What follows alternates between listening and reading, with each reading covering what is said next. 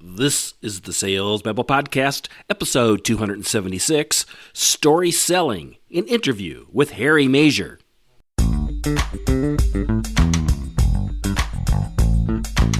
Welcome to Sales Babble, the podcast that shares selling secrets for non-sellers. And now your host, Pat Helmers. Hello, Sales Babblers. This is Pat Helmers, and by now I should be in Lisbon, Portugal. Boy, what a good time that was in Germany. Boy, I really enjoyed that. Well, honestly, I'm recording this before the entire trip, so it was probably a really great time. Anyway, let's talk about today's guest, Harry Maziar. He's the author of the new book, Story Selling, Sage Advice and Common Sense About Sales and Success. This book's a real passion project for Harry. He's all on a mission of inspiring and empowering sales teams and others to pursue their purpose in life. For many years, he was the president of Zepp Manufacturing, a national service industry in the chemical industry. And he would inspire his sales teams. Harry would inspire his sales teams with Harry's helpful hints.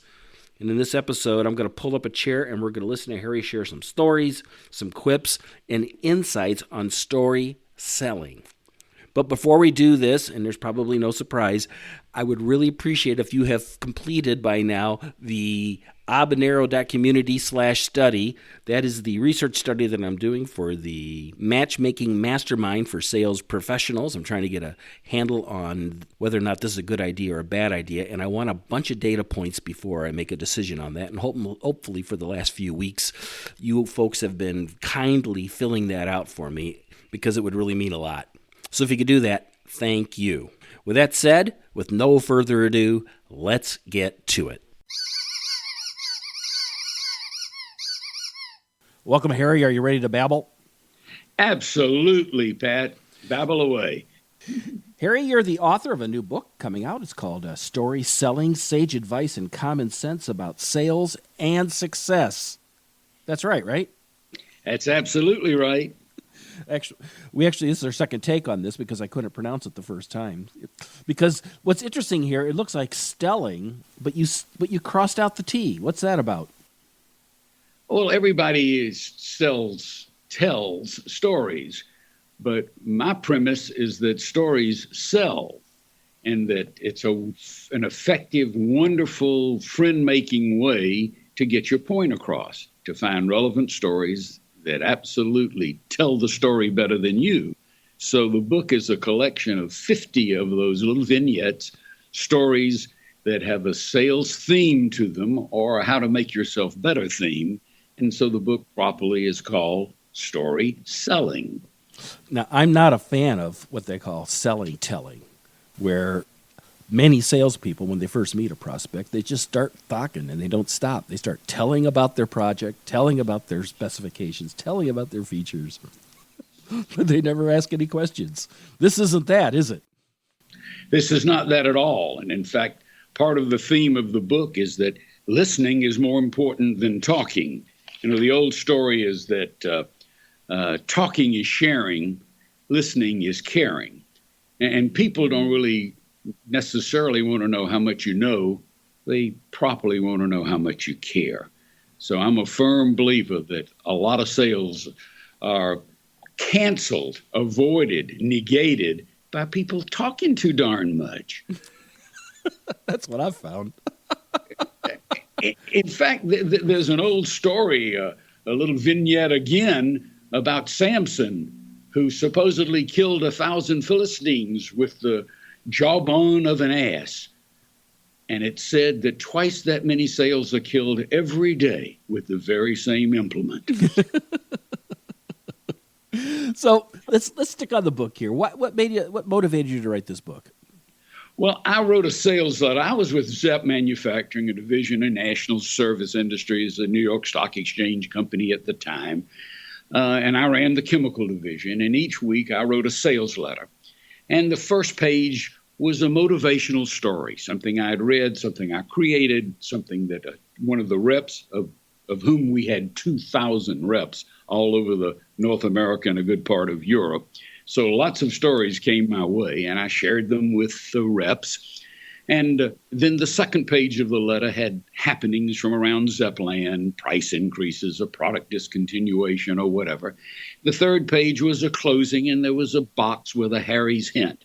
And there was a little question, a little quotation within that box that the reps used to tell me, Harry, I love the hints. I just don't even read the first 2 pages because I think the hints are better than the content. And they were on church bulletin boards all over the world, those hints. You know, things like there's a mighty big difference between good sound reasons and reasons that sound good. Or I must do something will always solve more problems than something must be done. Or the best place to find a helping hand is at the end of your own arm. You know, those kinds of little sayings, little pithy sayings that hopefully portray a thought that is effective.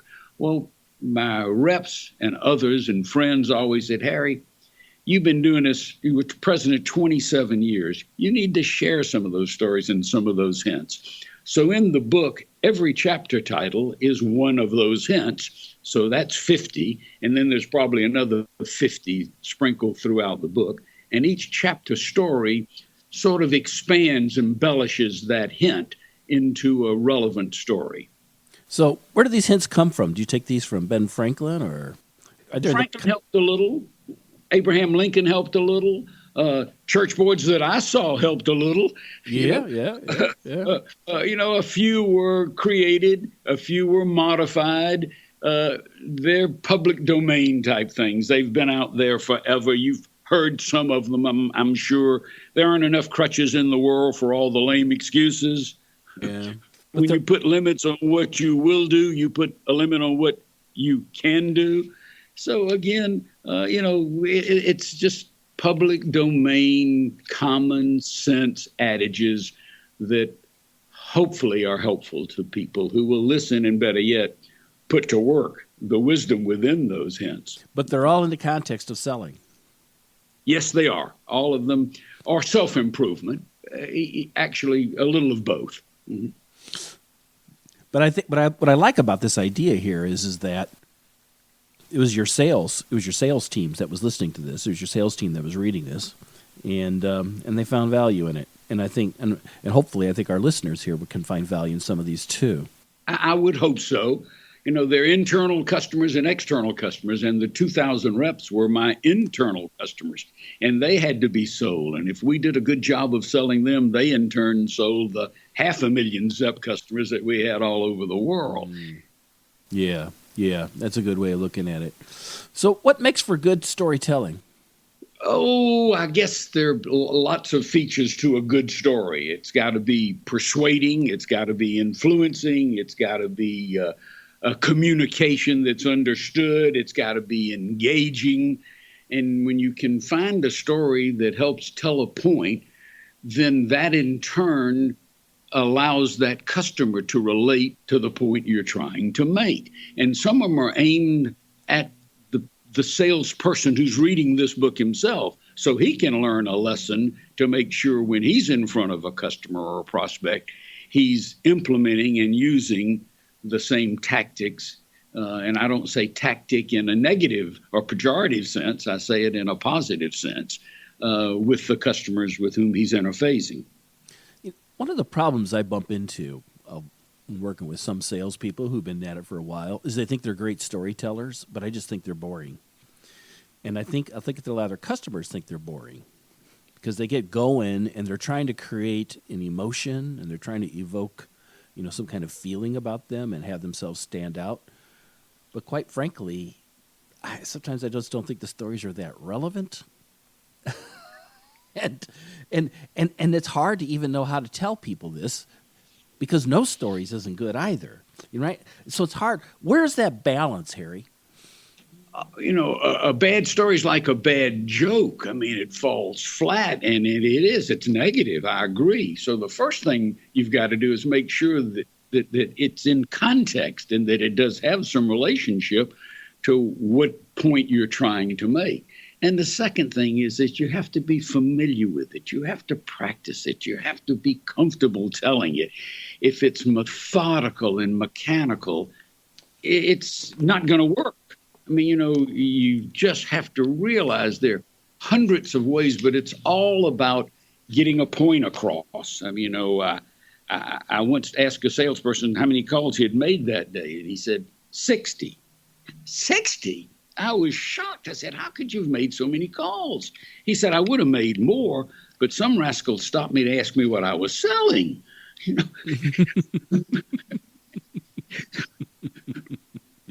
Yep, which of course yeah, reminds me of the farmer from down south, my neck of the woods, who arrived home one day after attending a political rally. Who spoke, his wife asked him. The mayor, replied the farmer. What did he talk about?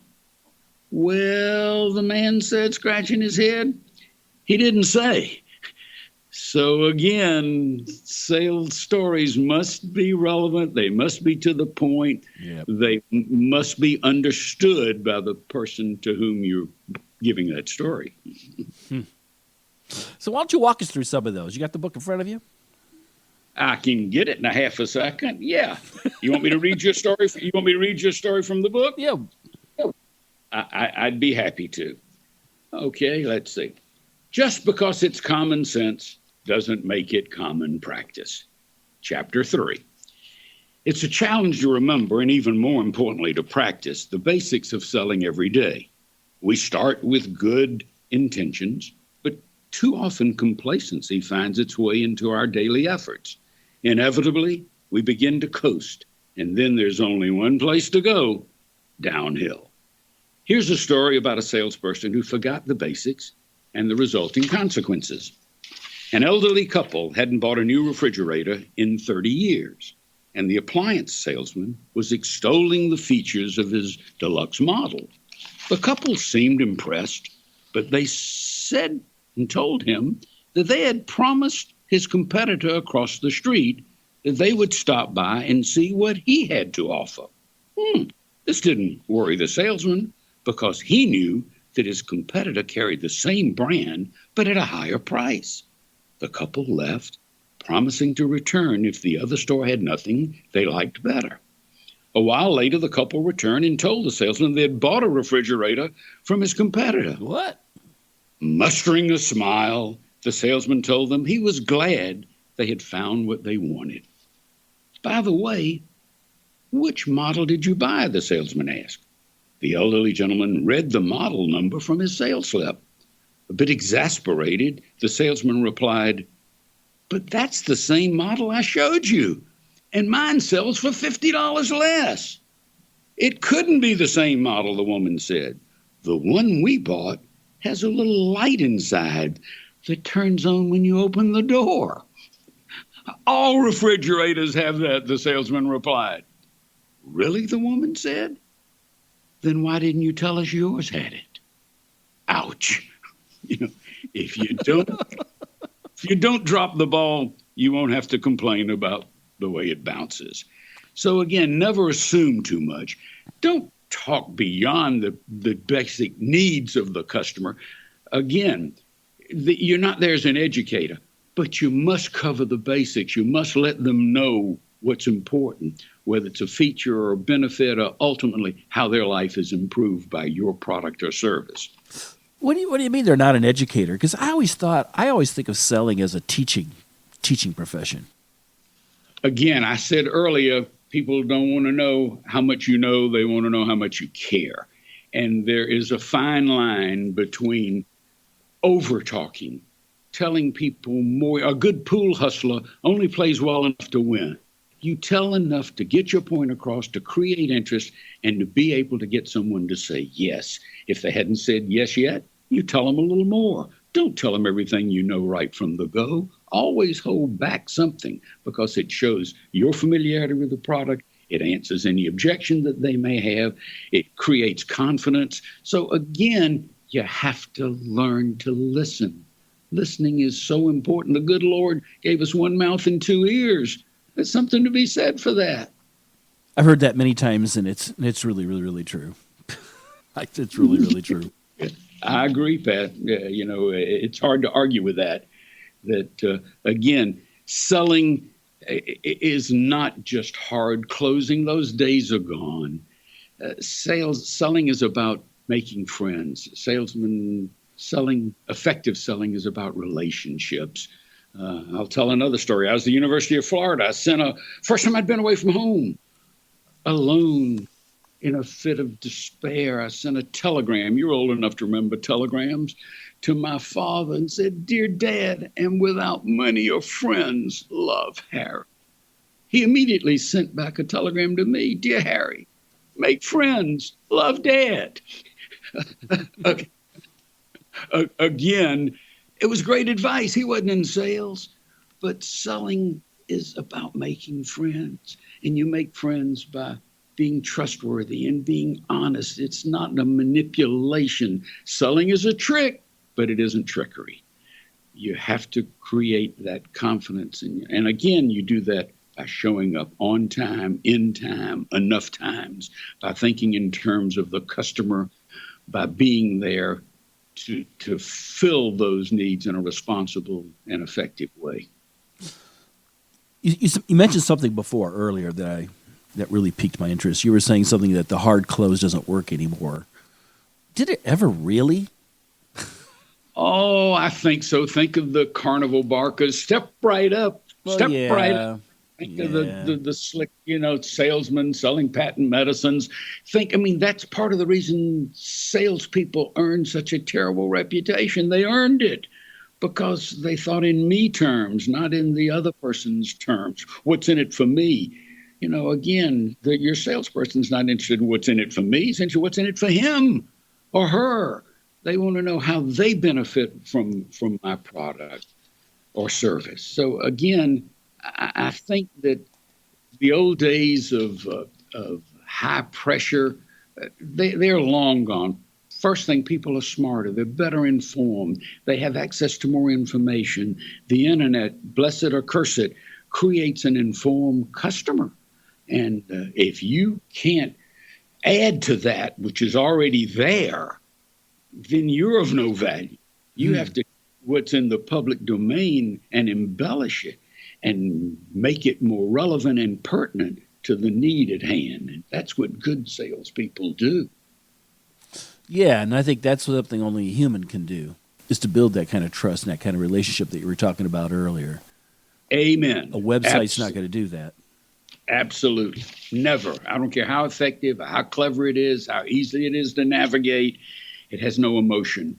And salespeople need to bring emotion, because if you're not excited and if you don't believe in your product, you're doing the wrong thing or you're doing it for the wrong people.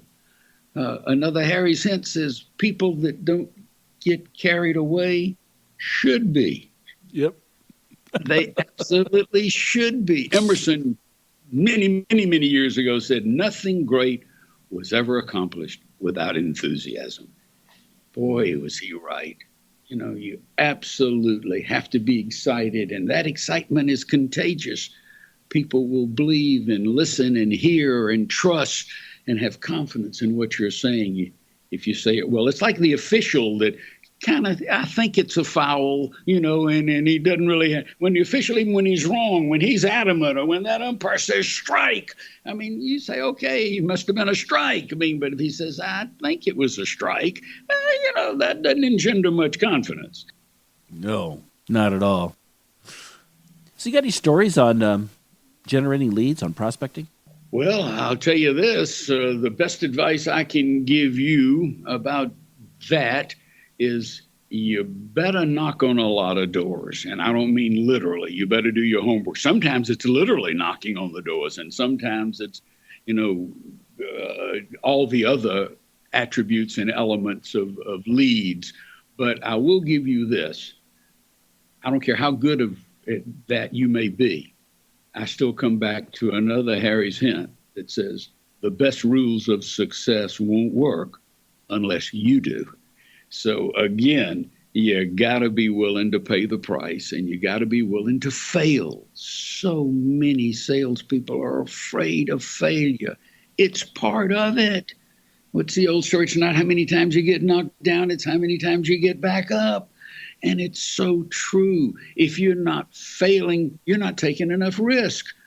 So don't be afraid of someone saying no. Don't be afraid of being shown the door. I mean, don't be impolite, but you're not going to close every customer or prospect that you're calling on. But again, if you do the right thing, if you show up on time, in time, enough times, we're back to that troika. I promise you, if you'll work hard enough, if you'll learn more about your business than your competitors know, and if you will follow, 3 big points to me. Learn what you do better than anyone, number 1. Right. 2, do it to the best of your ability. And 3, be passionate about it. And if you know it best, and if you work at it as hard as you can, and if you're excited about it, I promise you're going to be successful. And, the password to success is now. That means, Nike said, just do it. Harry says, just do it now. Put an immediacy to it. Make sure you get out and do it now.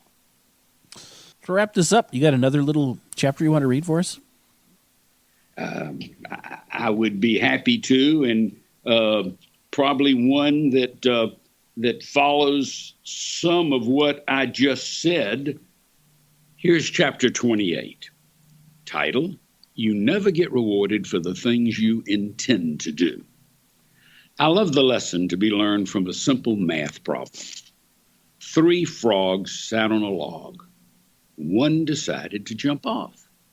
How many frogs were left on the log? Almost everyone answers 2. But the real answer is 3. Just because one frog decided to jump off does not mean it actually did. So often there are gaps between what we decide to do and what we actually do. We decide to lose weight, exercise, or quit smoking. We decide to set goals, make more calls, or work harder. But for whatever reason or excuse, we just don't follow through. As the old proverb says, the road to hell is paved with good intentions. It is. Action trumps inaction.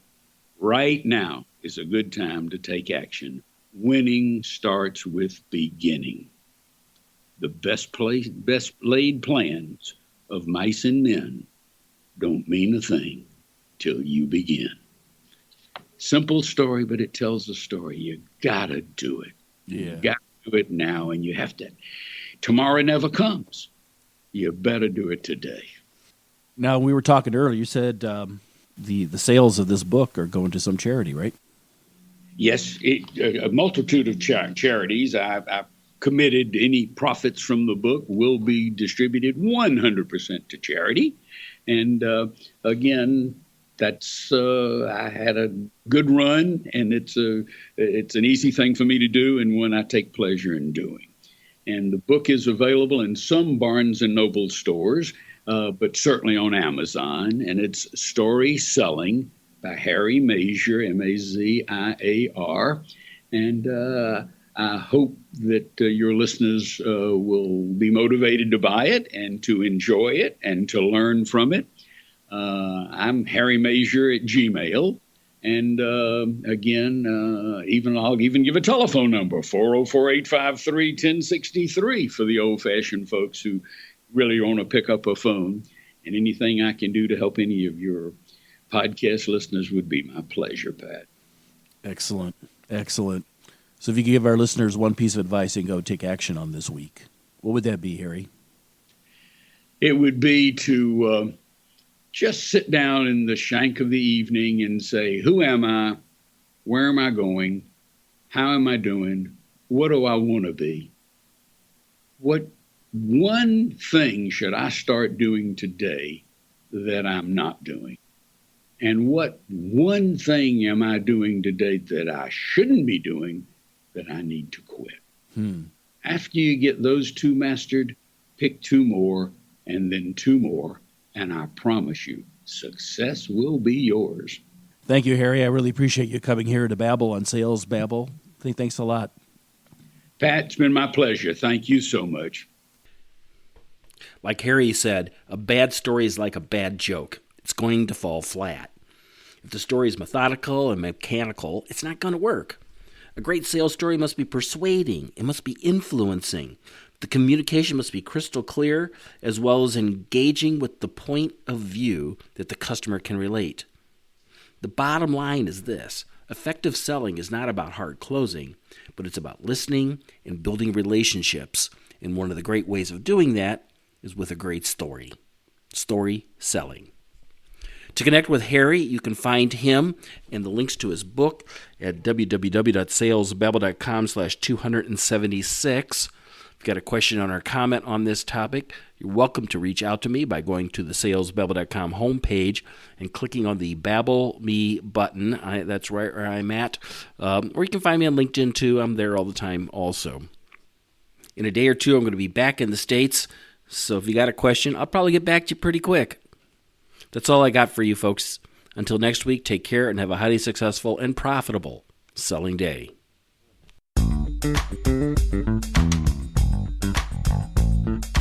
Thank you for listening to the Sales Babble podcast. Find us at www.salesbabble.com.